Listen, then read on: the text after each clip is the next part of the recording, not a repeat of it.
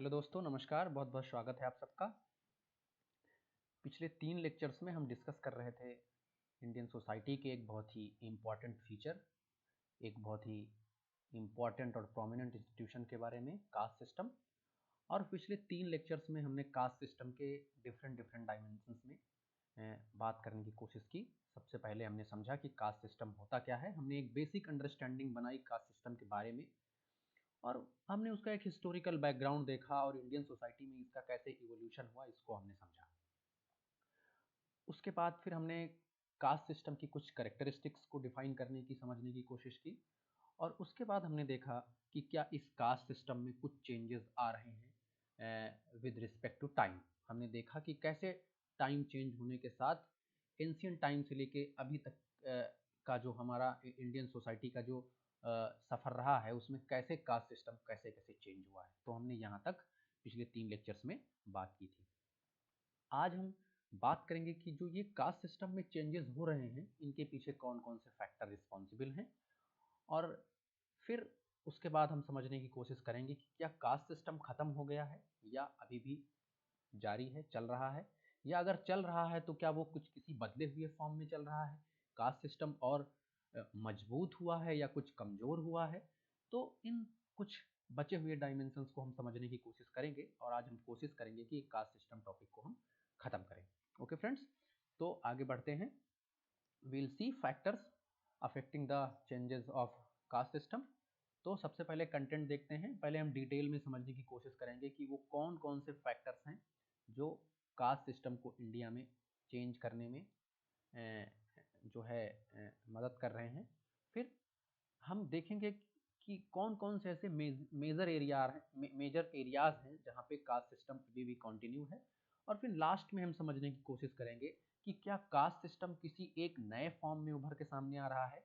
जैसे कि हमने पहले ही लेक्चर में अपने समझा था कि कास्ट सिस्टम क्या है, it's a form of social stratification.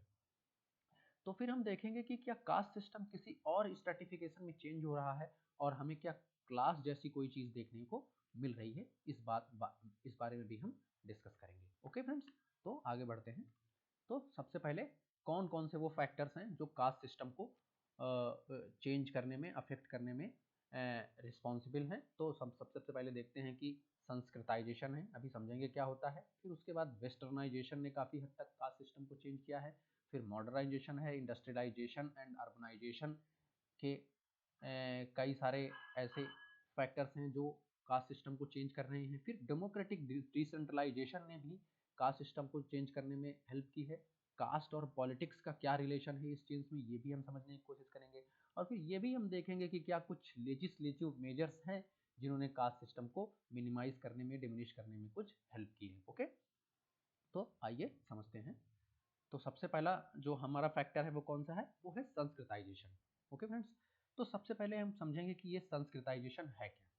तो Sanskritisation refers to a process whereby members of a lower caste attempt to raise their own social status by adopting the rituals, domestic and social practices of higher caste. Okay, मतलब क्या हुआ कि इसमें जो lower caste के लोग हैं, Sanskritisation का मतलब ये हुआ कि जो लोअर कास्ट के लोग हैं वो अपने से अपर कास्ट को ऑब्जर्व करते हैं, वो देखते हैं उनके कल्चर्स को, उनके रिचुअल्स को, और उनके कल्चर को और उनके रिचुअल को अडॉप्ट करने की कोशिश करते हैं। और ऐसा करने से उनको लगता है कि वो भी अपनी जो कास्ट है उसको वो मेंटेन कर पाएंगे, उसमें कुछ सुधार कर पाएंगे, और सोशल स्ट्रक्चर में थोड़ा सा ऊपर आ पाएंगे। कहने का मतलब ये है कि लोअर कास्ट के लोग जब अपर क्लास कास्ट के रिचुअल को अडॉप्ट करने की कोशिश करते हैं तो इस प्रोसेस को क्या बोलते हैं, इस प्रोसेस को संस्कृताइजेशन बोलते हैं। ओके, सो एक केस स्टडी देखते हैं। तो स्टेट ऑफ मैसूर जो हुआ करता था ब्रिटिशर्स के ज़माने में, यानी आज का जो साउथ का कर्नाटक वगैरह को जो रीजन है, वहाँ पे क्या देखा गया, एक केस स्टडी की गई, उसमें देखा गया कि जो लोअर कास्ट के लोग थे उन्होंने वहाँ की ब्राह्मण्स के रिचुअल्स को ऑब्जर्व किया, और उन्होंने पाया कि जो ब्राह्मण्स होते हैं वो मीट का सेवन नहीं करते हैं, मीट नहीं खाते हैं। ओके, लिकर का कंजम्पशन नहीं करते हैं, शराब नहीं पीते हैं, और वो कुछ एक सेक्रेड थ्रेड्स पहनते हैं, पवित्र धागा पहनते हैं। जैसे हाथ में जो इंडिया में जो कलावा रेड कलर का एक धागा पहना जाता है, या गले में जो लोग माला वगैरह पहनते हैं रुद्राक्ष की, तो वो सब उन्होंने बहुत ही क्लोजली ऑब्जर्व किया और उन्होंने उन प्रैक्टिसेस को करना शुरू किया। उन्होंने मीट छोड़ दिया, लीकर का कंजम्पशन छोड़ दिया, ओके, और उन्होंने कुछ पवित्र धागे और कई सारे ऐसी चीज़ों को पहनने की कोशिश की और इसके द्वारा उन्होंने अपने सोशल स्टेटस को ऊपर उठाने की कोशिश की। तो फिर हम देखते हैं कि क्या संस्कृताइजेशन ने वाकई में हेल्प किया जो लोअर कास्ट थे उनके स्टेटस को सुधारने में। तो हम देखते हैं कि कहीं ना कहीं किसी न किसी एक्सटेंट तक उन्होंने जैसे जैसे अपने कल्चर में जब उन्होंने चेंज किया तो जो अपर कास्ट के लोगों में उनका एसिमिलेशन होना थोड़ा सा आसान हो गया। लेकिन ऐसा नहीं है कि उन्होंने कल्चरल चेंजेस तो कर लिए, लेकिन कहीं ना कहीं उनके स्ट्रक्चरल चेंजेस में उतना सुधार नहीं आया स्ट्रक्चर में। और जो कास्ट सिस्टम की उस हायरार्की में है, कहीं ना कहीं उसमें वो निचले पायदान पे ही रहे, लेकिन फिर भी उन्होंने कुछ हद तक सुधार किया। ओके, तो हम क्या देखते हैं कि जो कास्ट सिस्टम में चेंजेस आए हैं, जो कास्ट सिस्टम थोड़ा सा डिमिनिश हुआ है, उसमें कहीं ना कहीं इस संस्कृताइजेशन ने रोल प्ले करने की कोशिश की है। ओके, तो सबसे पहला हमारा पॉइंट क्या था, संस्कृताइजेशन, जिसमें हमने देखा कि जो लोअर कास्ट के लोग होते हैं वो अपर क्लास के रिचुअल्स और कस्टम्स को अडॉप्ट करने की कोशिश करते हैं और उसके थ्रू अपने सोशल स्टेटस को उठाने की कोशिश करते हैं। Okay, by changing the customs and ritual people belonging to the lower caste are claiming a higher position in the caste hierarchy. Okay, जैसे कि मैंने आपको बताया कि उन्होंने वेजिटेरियन हो गए और उन्होंने लीकर छोड़ दिया, तो ये सब चीजें हमें देखने को मिलती हैं। ओके, फिर उसके बाद ये हमारा पहला पॉइंट क्या रहा, संस्कृताइजेशन। ओके, तो संस्कृताइजेशन में हमने देखा। फिर दूसरा पॉइंट हमें क्या देखने को मिलता है, एक है वेस्टर्नाइजेशन और एक है मॉडर्नाइजेशन। तो सबसे पहले हम थोड़ा सा मॉडर्नाइजेशन को समझने का प्रयास करते हैं और सबसे पहले हम ये देखेंगे कि कैसे मॉडर्नाइजेशन ने जो चेंजेस कास्ट सिस्टम में हमें देखने को मिल रहे हैं उसमें इसने कैसे जो है रोल प्ले किया। तो सबसे पहले हम मॉडर्नाइजेशन को समझने की कोशिश करते हैं कि मॉडर्नाइजेशन क्या होता है। ओके, उसके पहले अभी हमें वेस्टर्नाइजेशन के बारे में भी बात करनी है, लेकिन पहले हम थोड़ा सा मॉडर्नाइजेशन को समझेंगे, उसके बाद हम वेस्टर्नाइजेशन की बात करेंगे। ओके, तो what is modernization? It is about the way we live, और it is about the clothes we wear, और it is about the way we think, और it is about the everything we do. क्या ये हमारे life style से related है कि हम कैसे रहते हैं, कैसे कपड़े पहनते हैं, कैसा सोचते हैं, या जो जो भी हम करते हैं उन सारी चीज़ों से रिलेटेड है। ओके, जैसे कि एक जो कॉमन परसेप्शन लोगों के बीच में बना हुआ है, अगर किसी ने स्टाइलिश ड्रेस पहना हुआ है तो वो लोग उसको कहते हैं बहुत मॉडर्न हो गया है आजकल, या बहुत मॉडर्न हो गई है ये आजकल। ऐसे ऐसे वर्ड्स हम अपने फ्रेंड सर्कल में या अपनी सोसाइटी में कहीं ना कहीं सुनते हैं। या किसी के खाने के तरीके से, किसी के उठने के तरीके से, किसी के बैठने के तरीके से हम कहीं ना कहीं उसको मॉडर्न होने का एक टैग देने लगते हैं। तो क्या यही मॉडर्नाइजेशन है? या हमारे सोचने के तरीके में, हमारे सोचने का तरीका कैसा है, उसको हम मॉडर्नाइजेशन कहेंगे। Okay, so what is modernisation now, a question arises. Okay, so modernization is a set of attitude which are not specific to any culture or civilization. जो मॉडर्नाइजेशन है वो एक तरीके का एटीट्यूड है जो कि किसी कल्चर या सिविलाइजेशन से बिलोंग नहीं करता है। अक्सर लोग वेस्टर्नाइजेशन और मॉडर्नाइजेशन में कंफ्यूज कर जाते हैं, तो वेस्टर्नाइजेशन को ही मॉडर्नाइजेशन मानने लगते हैं। ओके, सो सबसे पहली बात हमें ये क्लियर करनी है कि मॉडर्नाइजेशन जो है it is a set of attitude, है ना, और इसका किसी कल्चर और सिविलाइजेशन से लेना देना नहीं है। They include disposition to accept new ideas, a time sense that makes one interest of more in present and future instead of past. Okay, so modernisation में क्या होता है कि हम न्यू आइडियाज को लेके कितना सेंसिटिव हैं, या जो प्रेजेंट टाइम है उसको हम समझ रहे हैं, आने वाले फ्यूचर को समझ रहे हैं। हम ज़्यादा पास्ट के फेथ्स को पे ज़्यादा रिलाई नहीं कर रहे हैं, क्योंकि over the period of time हमारा एक बिलीफ सिस्टम बन जाता है और वो बिलीफ सिस्टम कहीं ना कहीं हमें पीछे भी ले जाता है। अगर हम किसी ऐसी चीज़ पे हमारा एक बिलीफ सिस्टम बना हुआ है जो साइंटिफिकली सही नहीं है, तो हम उसको आगे मानते रहते हैं, मानते रहते हैं, मानते रहते हैं। लेकिन जो मॉडर्नाइजेशन है, मॉडर्नाइजेशन बेसिकली तीन चीज़ों पे बेस्ड होता है। सबसे पहले रेशनल थिंकिंग, आपके पास एक रेशनल थिंकिंग होती है, कोई भी आइडिया जो आपको बताया जा रहा है आप रेशनली उसके बारे में सोचते हैं। फिर आपके पास क्या एक साइंटिफिक टेम्परामेंट है, क्या आप एक सिस्टमेटिक अप्रोच की तरफ जा रहे हैं, और फिर तीसरा कि आपकी थिंकिंग लॉजिकल है कि नहीं। ओके, सो जो हमारे पिछले कोई भी आइडियाज हैं या हमारा कोई भी कल्चर है तो उसके पीछे हम उसका एक रेशनल रीजनिंग तलाशने की कोशिश करते हैं, एक साइंटिफिक अप्रोच के थ्रू उसको वेरीफाई करने की कोशिश करते हैं। और अगर हमें लगता है कि ये चीज़ गलत है, कोई रिचुअल, जैसे एग्जाम्पल के लिए सती सिस्टम, सती सिस्टम 18th सेंचुरी में जब राजा राम मोहन राय आए तो उनको मॉडर्न कहा, उनको फादर ऑफ मॉडर्नाइजेशन कहा जाता है राजा राम मोहन राय को। क्यों? क्योंकि उनके पास एक रेशनल थिंकिंग थी, उनके पास एक साइंटिफिक टेम्परामेंट था, उनके पास एक लॉजिकल थिंकिंग थी। क्योंकि वो किसी भी, जो सती सिस्टम उस समय की कितनी बेकार प्रथा थी, लेकिन लोग उसको सही मान रहे थे। लेकिन उन्होंने क्या किया, उन्होंने साइंटिफिक टेम्परामेंट का इस्तेमाल किया, उन्होंने एक रेशनल थिंकिंग डेवलप की, उन्होंने एक लॉजिकल अंडरस्टैंडिंग से सोसाइटी को ये मैसेज देने की कोशिश की कि लॉजिकली, साइंटिफिकली और rationally Sati system is not good, ये एक बैड प्रैक्टिस है। और उन्होंने उस साइंटिफिक टेम्परामेंट के द्वारा उन्होंने उस पर एक लॉ पास करवाया ब्रिटिश गवर्नमेंट में, और धीरे धीरे धीरे धीरे सती सिस्टम इंडियन सोसाइटी से खत्म हो गई, जड़ से खत्म हो गई। लेकिन एक समय तक उसको सही माना जा रहा था। तो ये है मॉडर्नाइजेशन, कि आप टाइम के साथ जो चेंजेस आ रहे हैं उनको एक्सेप्ट करें, और उन चेंजेस को एक्सेप्ट करने के लिए किन चीज़ों का सहारा लें, रेशनल थिंकिंग, लॉजिकल रीजनिंग और साइंटिफिक टेम्परामेंट। तो अगर ये तीन चीज़ें आपके पास हैं, ये सोचने का तरीका आपके पास है, आप प्रेजेंट और फ्यूचर पे ज़्यादा ध्यान दे रहे हैं, पास्ट की चीज़ों से बहुत ज़्यादा अफेक्टेड नहीं है, तो वो कहीं ना कहीं मॉडर्नाइजेशन होता है। ओके, सो मॉडर्नाइजेशन समझ में आया।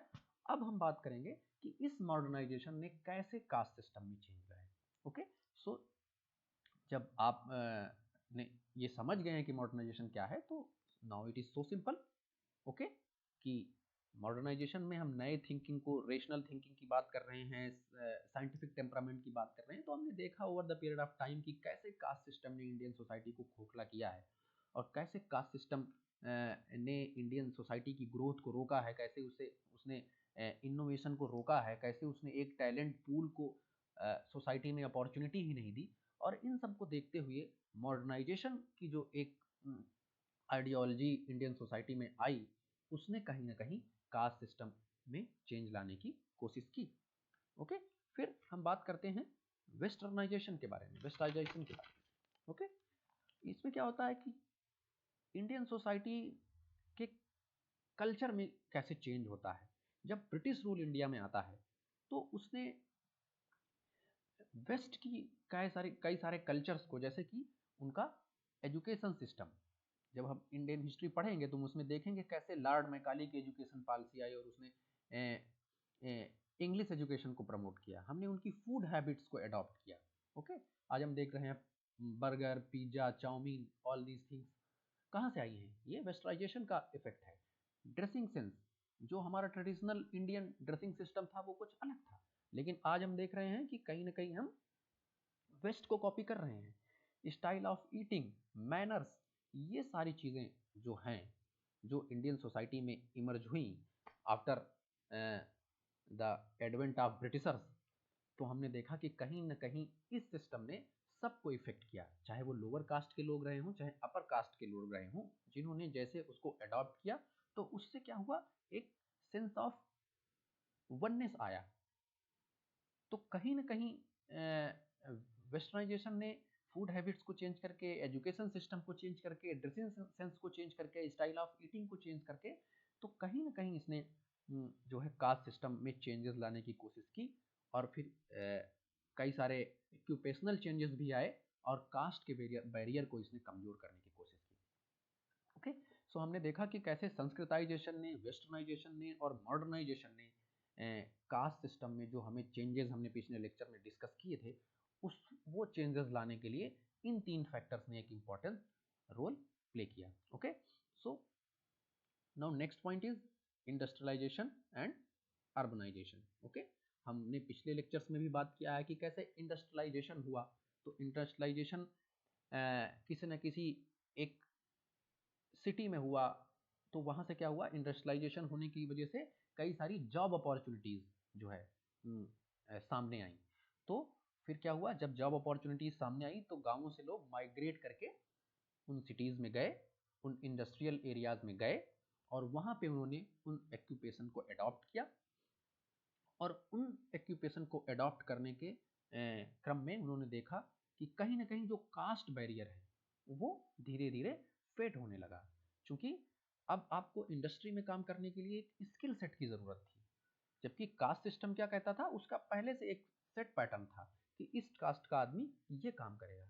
लेकिन इंडस्ट्रियलाइजेशन हुआ तो उससे क्या हुआ कि नए नए स्किल सेट्स की ज़रूरत पड़ी, और जिन लोगों ने उन स्किल सेट्स को सीखा वो चाहे जिस कास्ट के रहे हों, उन्होंने उनको उस इंडस्ट्री में काम करने का मौका मिला। और जब सभी लोग एक साथ काम करने लगे, और जो उनकी अगर किसी के पास अच्छी स्किल है तो फिर इंडस्ट्री के लिए कास्ट इंपॉर्टेंट नहीं थी। तो इसकी वजह से भी जो है इंडस्ट्री में इंडस्ट्रियलाइजेशन की वजह से कास्ट सिस्टम में काफ़ी चेंजेस आए। और माइग्रेशन के बाद जब लोग किसी नई जगह पे गए तो लोग उनकी कास्ट के बारे में नहीं जानते हैं, लोग उनको उनके काम से जानते हैं। ओके, सो इस तरीके से हम देखते हैं कि कास्ट सिस्टम में कई सारे चेंजेस आए। इसी तरह जब इंडस्ट्रियलाइजेशन हुआ तो उसके साथ साथ अर्बनाइजेशन भी हुआ। अर्बनाइजेशन हुआ तो अर्बनाइजेशन में नए नए शहर बसे, और नए नए लोग जाके माइग्रेट करके वहाँ जाने लगे। और इस तरीके से हम देखते हैं कि इंडस्ट्रियलाइजेशन और अर्बनाइजेशन ने भी कहीं ना कहीं कास्ट सिस्टम में चेंजेस लाने की कोशिश की। ओके, फिर डेमोक्रेटिक डिसेंट्रलाइजेशन एक पॉइंट है। डेमोक्रेटिक डिसेंट्रलाइजेशन का मतलब, अब इंडिया का जो पॉलिटिकल सिस्टम है वो 3 लेयर पॉलिटिकल सिस्टम है। हम देखते हैं कि हमारे यहाँ एक सेंट्रल गवर्नमेंट होती है, उसके बाद जो हमारे यहाँ स्टेट्स हैं सबकी अलग स्टेट गवर्नमेंट है, और उसके बाद हमें एक तीसरा लेयर ऑफ पॉलिटिकल सिस्टम भी देखने को मिलता है जिसे हम कहते हैं पंचायती राज, या जिसे हम लोकल गवर्नेंस भी कहते हैं। हम देखते हैं कि अलग अलग स्टेट्स में प्रधान हमें देखने को मिलते हैं, विलेज हेडमैन हमें देखने को मिलते हैं, अलग अलग जो छोटी छोटी गांव लेवल की यूनिट्स हैं वहाँ पे पंचायती राज सिस्टम भी इंडिया में इंट्रोड्यूस किया गया बाई 73rd अमेंडमेंट। और उसके बाद क्या हुआ कि पंचायती राज सिस्टम में हम देखते हैं कि हमें रिजर्वेशन देखने को मिलता है, वो चाहे लोअर कास्ट के लोगों को रिजर्वेशन मिला हो, चाहे वुमन को रिजर्वेशन मिला हो।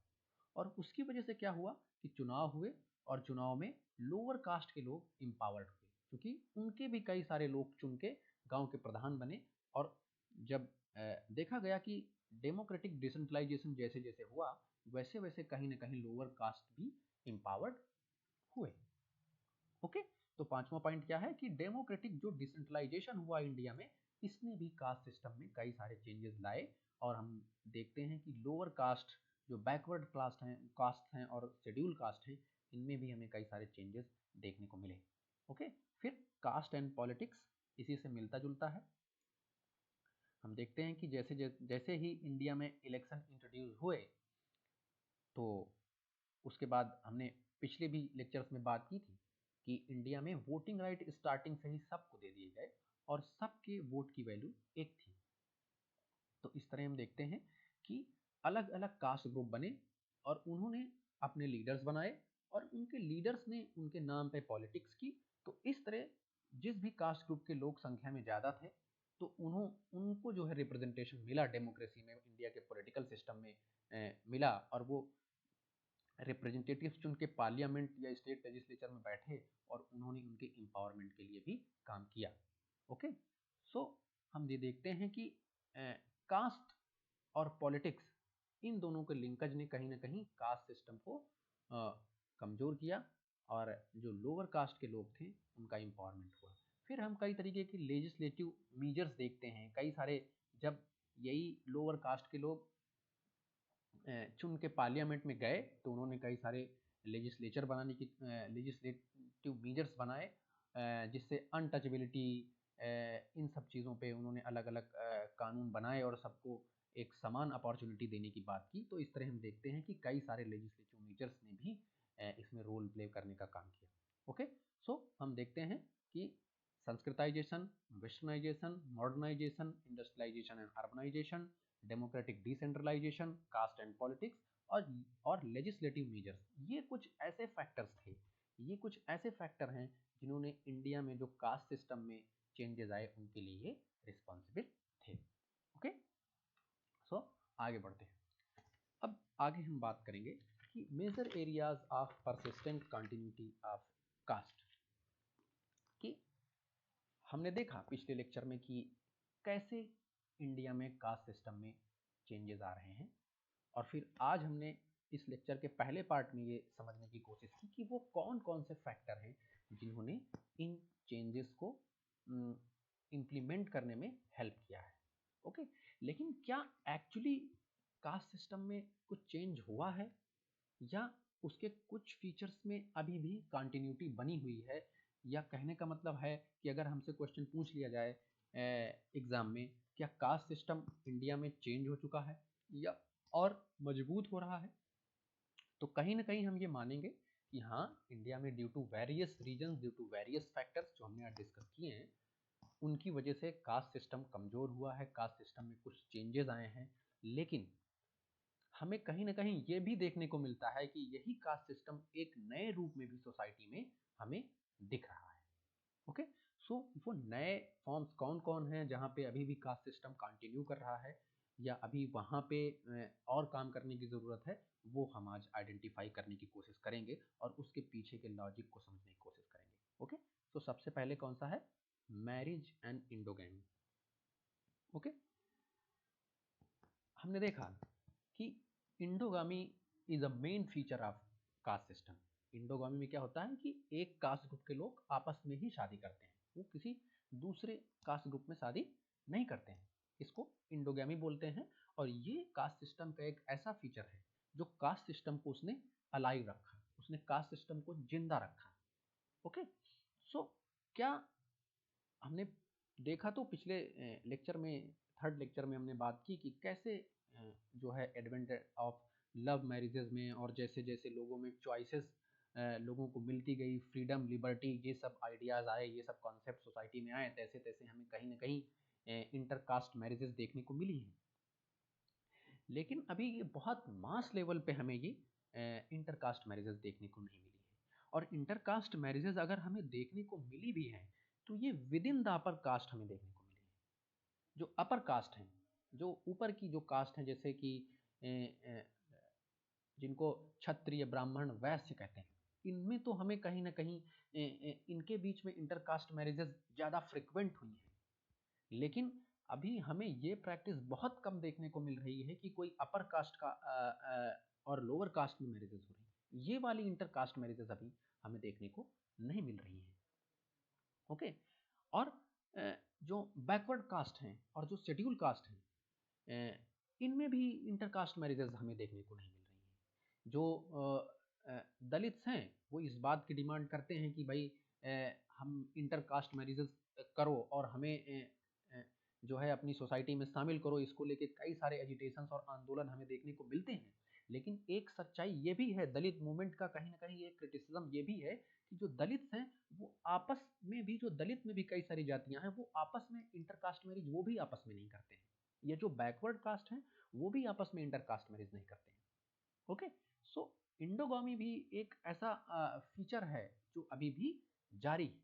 इंटरकास्ट मैरिजेस अपर कास्ट में तो हो रही हैं, लेकिन वो अपर कास्ट से बैकवर्ड और अपर कास्ट से शेड्यूल कास्टेस में बहुत कम है। और बैकवर्ड में भी जितनी जो कास्ट है, बैकवर्ड में भी नहीं हो रही हैं। और जैसे एग्जांपल के लिए, बैकवर्ड कास्ट में दो सपोज कास्ट हैं, एक मौर्य है और एक यादव है, तो यादव यादव में ही शादी करेंगे, मौर्य मौर्य में ही शादी करेंगे, वो यादव और मौर्य आपस में शादी नहीं करेंगे। ओके, सो ये एक ऐसा जो है डायमेंशन है जहाँ पे हमें देखने को मिलता है कि अभी भी जो है मैरिजेज, इंटरकास्ट मैरिजेज पूरी तरीके से नहीं हो रही हैं। और यहाँ तक कि हम देखेंगे जो सोशल नेटवर्किंग साइट्स हैं या जो मैट्रिमोनियल वेबसाइट्स हैं, उसमें कई सारी हमें ऐसी वेबसाइट्स मिलती हैं जो कास्ट ओरिएंटेड हैं, जैसे जाट मैट्रिमोनियल, पंजाबी मैट्रिमोनियल, इस टाइप की हमें कई सारी जो है मैट्रिमोनियल वेबसाइट्स देखने को मिल रही हैं। मीन्स साइंस एंड टेक्नोलॉजी भी कहीं ना कहीं इंडोगामी को प्रमोट कर रही है। क्योंकि लोगों को एक आसान ऑप्शन मिल गया है अपनी जाति के लोगों को ढूंढने के लिए और उनसे शादी करने के लिए। ओके, सो मैरिजेज और इंडोगामी अभी भी एक ऐसा एरिया है जहाँ पे अभी भी परसिस्टेंट कंटिन्यूटी ऑफ कास्ट हमें देखने को मिलती है। फिर दूसरा एक पॉइंट है caste in private lifes. Okay, caste in private life. So इसको समझने के लिए सबसे पहले हम एक केस स्टडी देखेंगे। यूपी की जो कैपिटल है लखनऊ, वहाँ पे एक केस स्टडी हुई, और केस स्टडी किसके ऊपर हुई? लखनऊ के रिक्शा पुलर्स के ऊपर हुई। देखा गया कि लखनऊ के जो रिक्शा पुलर्स हैं वो किस किस कास्ट से बिलोंग करते हैं। तो देखा गया कि अमूमन कम या ज़्यादा करके कहीं ना कहीं हर कास्ट ग्रुप से, चाहे वो अपर कास्ट के लोग हों चाहे लोअर कास्ट के लोग हों, कहीं ना कहीं हर कास्ट ग्रुप के लोग हमें उन रिक्शा पुलर्स में देखे गए। ओके, अलग अलग कास्ट ग्रुप के लोग थे। अब उनमें ये ऑब्जर्व किया गया कि जब वो अपने वर्क स्पेस में हैं, मतलब जब वो रिक्शा चला रहे हैं, लोगों से इंटरेक्ट कर रहे हैं, तो वो कास्ट रिस्ट्रिक्शन को वहां पे नहीं मान रहे हैं, वो स्मूथली काम कर रहे हैं। जब वो अपने प्रोफेशनल स्पेस में हैं, जब वो अपने वर्क प्लेस पे हैं, तब वो कास्ट सिस्टम को नहीं मान रहे हैं। ये तो सिक्के का एक पहलू था। फिर सिक्के के दूसरे पहलू को ऑब्जर्व करने की कोशिश की गई। मीन्स जब वो शाम दिन भर रिक्शा चला के शाम को अपने घर गए, तब भी उन्हें नोटिस करने की कोशिश की गई। और जब वहां पे उनके घर पे जाके उनको देखा गया, तो उन्हें देखा गया कि they are practising all their rituals which are belonging to their caste. उन्हें देखा गया कि उनकी कास्ट के जो भी रिचुअल्स हैं, अगर वो अपर कास्ट का आदमी है तो वो अपने घर में जाके अपर कास्ट का बनकर ही रहता है। सपोज वो लखनऊ से रिक्शा चला के जब शाम को अपने घर आता है, अपने घर आता है, तो वो अपने आप को अपर कास्ट का ही मानता है और लोअर कास्ट के लोगों को लोअर कास्ट की तरह ट्रीट करता है, जबकि वर्क स्पेस में उसके लिए कास्ट कोई मायने नहीं रखती है। ओके, इसी तरह क्या देखा गया कि जो दलित रिक्शा पुलर्स हैं, वो उनका माइंडसेट घर पे वैसा ही है जैसे दलित का होता है। ओके, सो इस केस स्टडी से क्या कंक्लूजन निकलता है? इस केस स्टडी से ये कंक्लूजन निकलता है कि कास्ट अभी भी प्राइवेट लाइफ में अभी भी डोमिनेट कर रही है। Okay, work place might have become secular but private lifes are still religious. Okay, so अभी हमें प्राइवेट लाइफ्स में कास्ट सिस्टम की कंटिन्यूटी देखने को मिल रही है। ओके, फिर उसके बाद जो तीसरा पॉइंट है, इकोनॉमिक एंड ऑक्यूपेशनल स्फीयर। यहाँ पे हम कैसे कास्ट सिस्टम में हमें कंटिन्यूटी देखने को मिल रही है, इसको हम समझने की कोशिश करें। मैंने अभी थोड़ी देर पहले हमने बात की थी कि कैसे लॉर्ड मैकाले ने एजुकेशन पॉलिसी लाई और उन्होंने इंग्लिश एजुकेशन को प्रमोट करने की कोशिश की। और इंडिया में जो ट्रेडिशनल जो वर्ण सिस्टम था, जैसा हमने बात किया था पहले लेक्चर में एंशिएंट टाइम में, उसमें जो ब्राह्मण्स थे उनका काम किससे एसोसिएटेड था? नॉलेज से, पढ़ने लिखने से रिलेटेड था, पढ़ना और पढ़ाना। ओके, और फिर बाद में जब ये कास्ट सिस्टम में वो वर्ण सिस्टम कास्ट सिस्टम में चेंज हुआ, तब भी उस पर उनकी मोनोपोली बनी रही।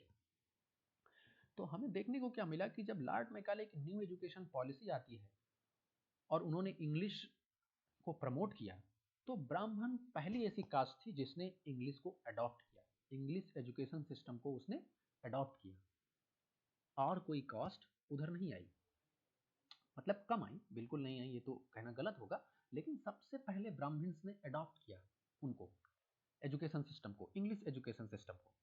और फिर उन्होंने जब देश आज़ाद हुआ आफ्टर 1947, जितनी भी गवर्नमेंट जॉब्स हैं वहाँ पे हम देखते हैं कि उसी पर्टिकुलर कास्ट के लोग हमें ज़्यादा देखने को मिलते हैं। ओके, सो कहीं ना कहीं it is a extension of caste system, कहीं ना कहीं हमें कास्ट सिस्टम देखने को मिल रहा है और उसकी कंटिन्यूटी देखने को मिल रही है। फिर इसी तरह अगर हम कॉमर्शियल सेक्टर में जाते हैं, तो कई सारी ऐसे जो बिजनेस हमारे इंडियन कास्ट सिस्टम में जो वेस्ट समुदाय होता था, वो कहीं ना कहीं ट्रेडिंग से रिलेटेड होता था, ट्रेडर्स होते थे वो। तो हमें कई सारे जैसे डालमिया, बिरला, कई सारी ऐसी जो बिजनेस फैमिलीज थी जिनका जो ये एक पुराना बिजनेस था, वो आज कंटिन्यू कर रही हैं और इंडिया के टॉप बिजनेस हाउसेज में से एक है। इसी तरह हम देखेंगे कि बैंकिंग से रिलेटेड कई सारे कास्ट थी, वो आज बैंकिंग सेक्टर में अच्छा कर रही हैं। ओके, और जो लोअर कास्ट थी, जिनका काम सर्विस प्रोवाइड करना था पहले पहले के इंडियन कास्ट सिस्टम में, आज हम कहीं ना कहीं देखने को मिल रहे हैं कि जो मैनुअल स्कैवेंजिंग है, जो हाथ से मैला ढोने की प्रथा है, इसमें कहीं ना कहीं हमें ज़्यादातर जो लोग हैं वो दलित से दिखते हैं। ओके, सो हम देख रहे हैं कि कैसे इकोनॉमिक एंड एक्यूपेशनल स्फीयर में अभी भी कास्ट सिस्टम जो है डोमिनेट कर रहा है। जिस कास्ट की आइडेंटिटी किसी पर्टिकुलर वर्क से एसोसिएटेड थी, वो आज भी कहीं ना कहीं सोसाइटी में डोमिनेट कर रहे हैं। और उसके लिए अगर हम सेंसस 2011 देखते हैं तो हमें देखने को ये मिलता है कि केवल 4% दलित परिवार, 4% से भी कम जो है दलित परिवार ऐसे हैं जिनका कोई ना कोई मेंबर गवर्नमेंट जॉब में है। बाकी 96% जो हैं वो अदर कास्ट से हैं। ओके, सो अभी भी जो लोअर कास्ट के लोग हैं, अभी भी जो दलित हैं, अभी जो पिछड़ा वर्ग है हमारा, बैकवर्ड कास्ट है, वो अभी भी कहीं ना कहीं इकोनॉमिक और ऑक्यूपेशनल स्फीयर में जो है अपने ही वर्क फील्ड में काम कर रहे हैं। ओके, सो हमें यहाँ भी जो है एक तरीके की कास्ट कंटिन्यूटी देखने को मिल रही है। फिर इसी तरह जब हम पॉलिटिकल स्फीयर की बात करते हैं तो पॉलिटिकल स्फीयर में क्या हुआ, बेसिकली जो इंडिया का पॉलिटिकल सिस्टम है वो एक इंडिया डेमोक्रेसी है कहा जाता है, डेमोक्रेटिक इंस्टीट्यूशन हमारे यहाँ है, और हमारे यहाँ कास्ट सिस्टम भी है। तो वोटिंग राइट्स जब लोगों को मिले तो कहीं ना कहीं कई सारे छोटे छोटे कास्ट ग्रुप बनने लगे।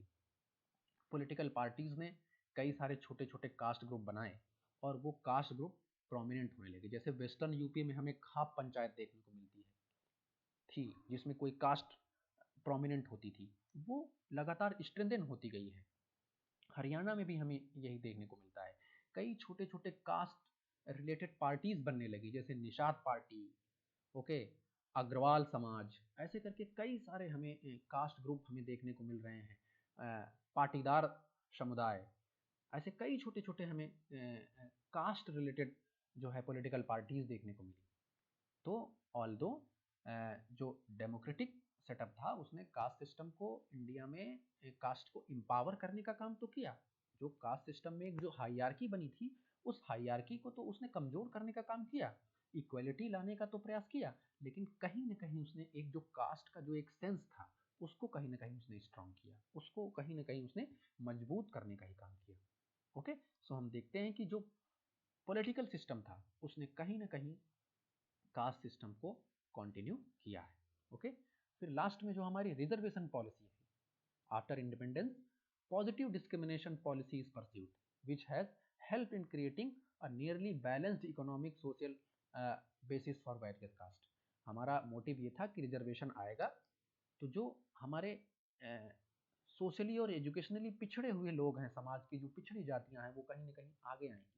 लेकिन आज हम देखते हैं कि कई सारे ऐसे caste group, dominant caste group भी रिजर्वेशन की मांग कर रहे हैं जो कि एम्पावर्ड है। जैसे agitation by Patidar in Gujarat in 2015, Jats movement in Haryana in 2016, या राजस्थान में जो मीना ग्रुप है, मीना समुदाय है, वो एससी है, वो although they are empowered but वो अभी भी रिजर्वेशन ले रहे हैं और एसटी का रिजर्वेशन ले रहे हैं। तो इससे क्या हो रहा है कि विद इन कास्ट कुछ ही ग्रुप ऐसे हैं जो उस रिजर्वेशन का लाभ पा रहे हैं, और जो एक्चुअली में जिनको रिजर्वेशन का लाभ मिलना चाहिए उनको रिजर्वेशन का लाभ नहीं मिल पा रहा है। तो कहीं ना कहीं रिजर्वेशन भी इस कास्ट सिस्टम को कहीं ना कहीं कंटिन्यू करने की कोशिश कर रहा है, और ये जो कास्ट सेंस है लोगों में, इसकी फीलिंग और स्ट्रांग हो रही है। ओके, फिर अभी हमने कास्ट एसोसिएशन के बारे में बात की कि कई सारे प्रेशर ग्रुप बनने लगे हैं, कई सारे जो है हमें देखने को मिलता है कि जाट महासभा, अग्रवाल सभा, और वो अलग अलग तरीके से जो है आंदोलन करते हैं और अपनी मांगों को मनवाने की कोशिश करते हैं। तो इस तरीके से भी हमें एक कास्ट एसोसिएशंस देखने को मिल रहे हैं जो कास्ट कॉन्टिन्यूटी को प्रमोट करते हैं। ओके, सो हमने क्या देखा, हमने देखा कि कौन कौन से ऐसे मेजर एरियाज है जहाँ पे अभी भी कास्ट सिस्टम प्रिवेलेंट है और कहीं ना कहीं वो डोमिनेट करने की कोशिश कर रहा है। तो हमने देखा ये कई सारे ऐसे एरियाज हमें देखने को मिले, जैसे marriages and endogamy, caste in private lifes, economic and social sphere, political system, reservation और कास्ट एसोसिएशन। तो जब भी कभी ऐसा क्वेश्चन पूछा जाए कि क्या कास्ट सिस्टम डिमिनिश हुआ है इंडिया में, उसमें कुछ चेंजेज आए हैं या वो और मजबूत हुआ है, तो आपको सिक्के के दोनों पहलू लिखने हैं।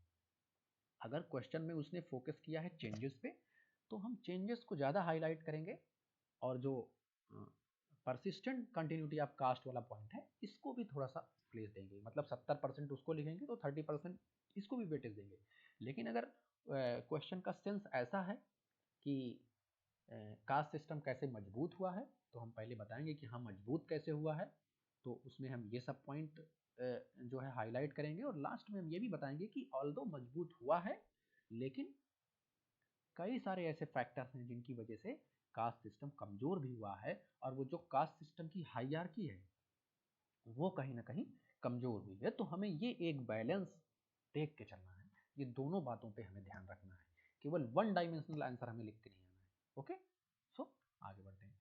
तो अभी हमने कास्ट सिस्टम के अलग अलग डायमेंशंस पे बात करने की कोशिश की। हमने देखा कि उसकी कैरेक्टरिस्टिक्स क्या हैं, उसमें कौन कौन से चेंजेस आए हैं, कौन कौन से ऐसे फैक्टर्स हैं जो वो उन चेंजेस के लिए रिस्पॉन्सिबल हैं। अब हम समझने की कोशिश करेंगे कि कास्ट सिस्टम और क्लास, ये दो चीज़ें क्या हैं। हमने पहले भी बात की थी कि कास्ट सिस्टम में जैसे जैसे चेंजेस हुए हैं, वो चेंजेस कहीं ना कहीं इस कास्ट सिस्टम को क्लास सिस्टम की ओर भी लेके गए हैं।